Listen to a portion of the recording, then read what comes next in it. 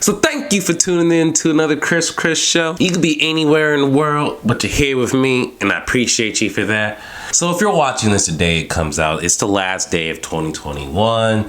I woke up at 5:30 this morning, Lord knows why. I was waking up planning on making the best albums of 2021 and the worst albums of 2021, but the more I went about it, the more I thought about it. But as more I went on about it, I fully didn't feel compelled to come out with the best albums of 2021, more so because it's been a weird year. There's been so much music, it's been overflowing, and the main thing for me with music in 2021 is a lot of music has came out, it comes and it goes. It's not really sticking. There's not really classic albums coming. It's a lot of albums that are coming. You get a few hits, you get a few singles, and you move on. But I would still say it's been a good year for music because in 2020, a lot of artists were withholding their music because they couldn't perform. They weren't going to get the sales or anything that they wanted. So I feel like 2020 was a real down year for music. 2021 was overall good. Now you're wondering about this video. So the worst albums are the most disappointing. So keep in mind before we get into this, I'm mainly just discussing hip hop. So if you're looking for some pop or R&B, I will eventually get more of that into my channel, but for this year I wanted to just focus on hip hop and getting all of that out. That's where we're going to stay at for this video. But like I said, with my channel going forward, be sure to tune in because we will be expanding our horizons. And if this is your first time watching, and maybe after this video, my commentary, you can enjoy my content and you could become one of my subscribers, and then you could like and participate in the comment section as well. So am I going in order of what I think is the worst album of the year? No, I'm more so just giving my thoughts on 8 albums that either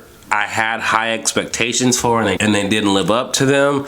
They're an artist that honestly probably shouldn't be making music anymore at this point. Or we have one case where it's a posthumous album, and we have an XXXTentacion situation where I don't know who cleared it, who wanted this album to come out, but it was horrible, a not cohesive album, and it was just a sloppy mess. And if you don't know who I'm talking about as of now, it's definitely Pop Smoke's Faith album. So that's one of the 8. And then also at the end, I'm gonna give you guys 2 special albums that I'm not necessarily disappointed with or I consider a worst album, but I want to give a more recollective thought because I've been able to sit and think on that album. So that's what we're going to be going about and discussing today. So before we get into this video, just to let you know, these are my opinions. I'm not saying these artists or rappers are terrible. They might have just came out with a bad album at a bad time, or they just weren't in the right mind frame. But either way, you know, opinions now are law, so my words are facts, and if you have an issue with it, just let me know in the comment section. But if you're gonna hate it that much, then maybe you should get up, get a camera, get a ring light, and record and upload one yourself. So let's get to it. So since I already talked about Pop Smoke and the Faith album, this is one that I usually do not speak on posthumous albums. I don't even really like reviewing or talking about them, but this one was just really bad. It was just, you could tell it wasn't really engineered that well. It wasn't put together. I try and listen to everything, or at least give it like 1 or 2 tries each, but with these, man,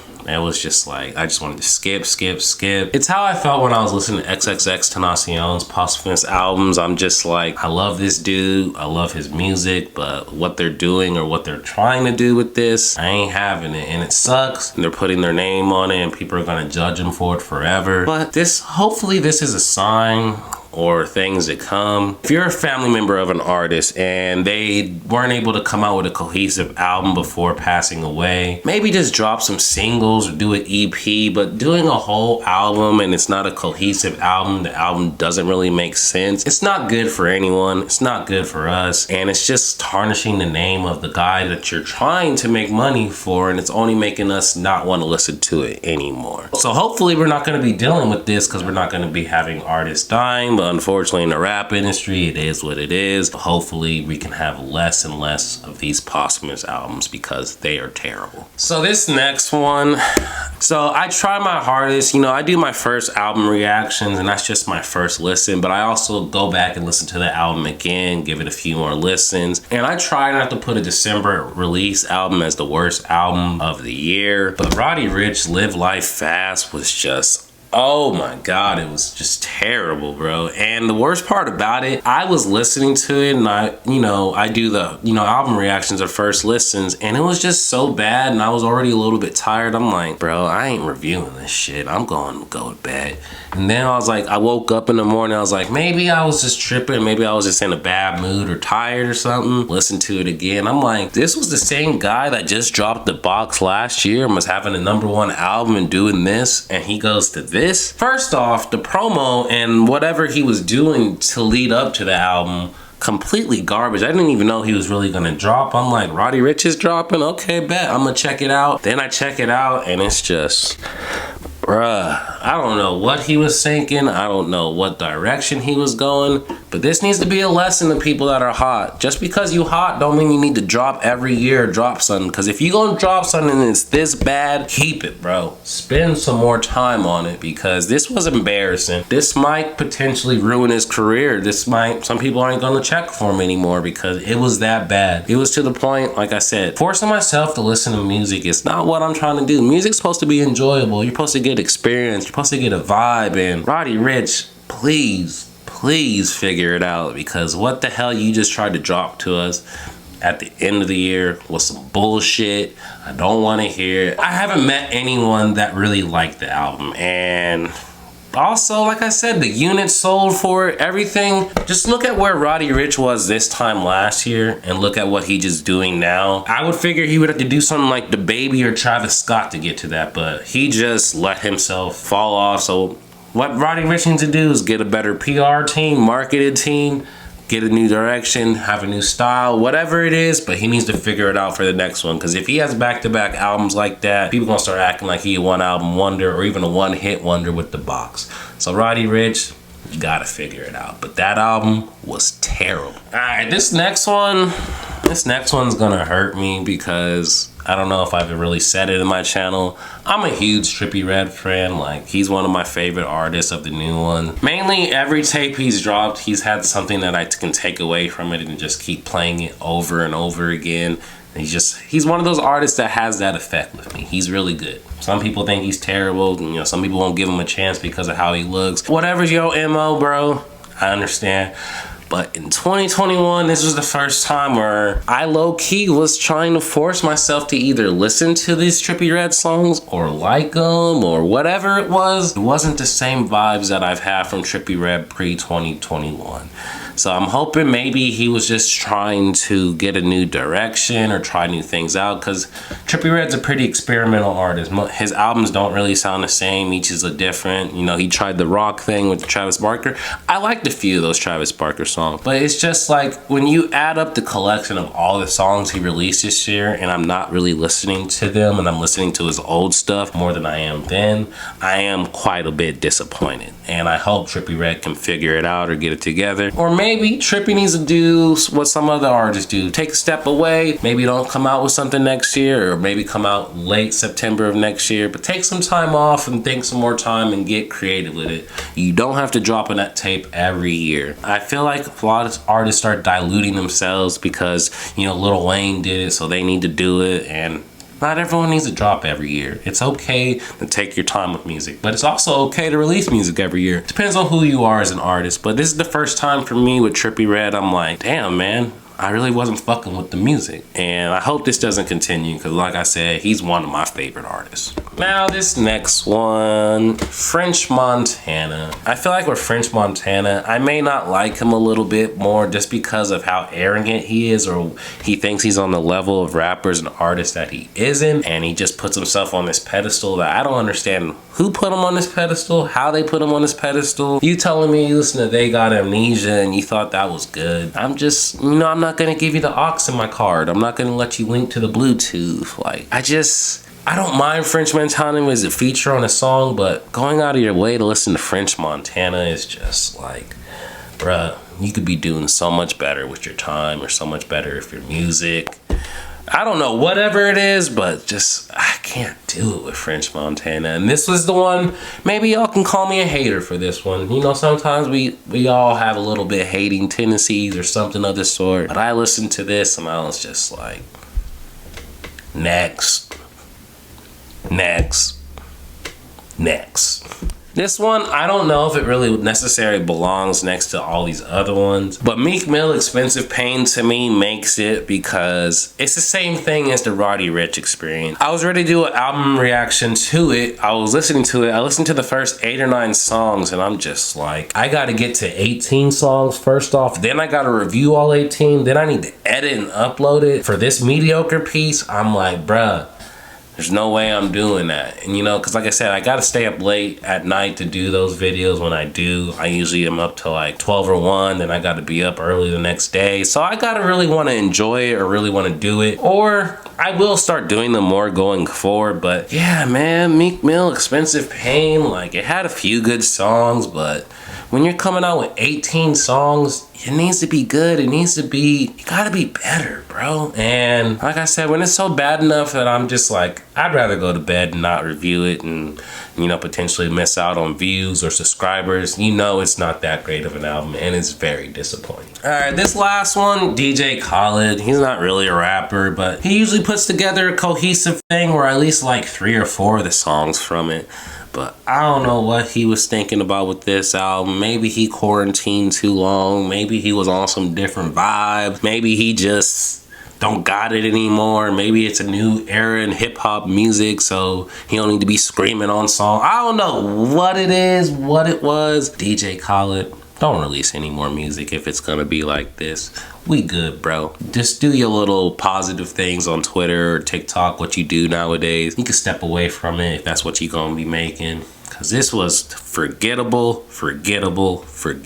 I don't know anyone that played some songs off of this. It's just not good music. And like I said, usually DJ Khaled, he's never gonna make a classic. He's never gonna make a great album, but at least has a few good songs or a few takeaways. And I don't even feel like we had that this year. So just throw it in the trash, get rid of it. And if that's what you're gonna do, just don't release anymore. Just don't release any more, please. So I talked about the 6. So to me, those were the worst or most disappointing albums of the year. Maybe you could take the Meek Mill one out of it if you want, but I can keep it. But the next 2, do I think they're actually the worst albums of the year? No, I do not. But these, to me, when I had expectations, when I was just like, oh, they're about to drop, I was thinking this is about to be a really good album, something I'm gonna really keep listening to or take away. And for one reason or another, which I'm gonna go into them, I just didn't get that vibe. So to me, the Lil Baby and Lil Durk, the Voice of the Heroes album was really disappointing. Like I saw the 2 that were about to drop and I saw it had a track released before and I'm like, okay, 2 artists that are really good and they also, you know, usually kill features or kill whatever they're on. So I'm like, maybe them working together is going to be a cohesive thing. Get like 5 to 8 songs that are bangers or something. But I listened to the album and I just was like, in one ear, out the other. It was not something I wanted to continue, keep on listening to, play over and over. Like I said, I at least want some songs I could play in the car that are bangers, but none of them just stood out to me or like that outstanding. Like a complete throwaway, disappointing album. Worst album of the year? No. But most disappointing? I think it could definitely be up there for me at least. And so the other one is the Vince Staples. Now, I put Vince Staples on a higher pedestal probably than others because, so I've been listening to Vince Staples since like the early 2010s. Like Versace Rap was one of the first few things I heard. So I've always loved Vince and, you know, I kind of judge him higher or harsher than I would an artist that I don't think is as talented as him. Now, is the Vince Staples thing bad?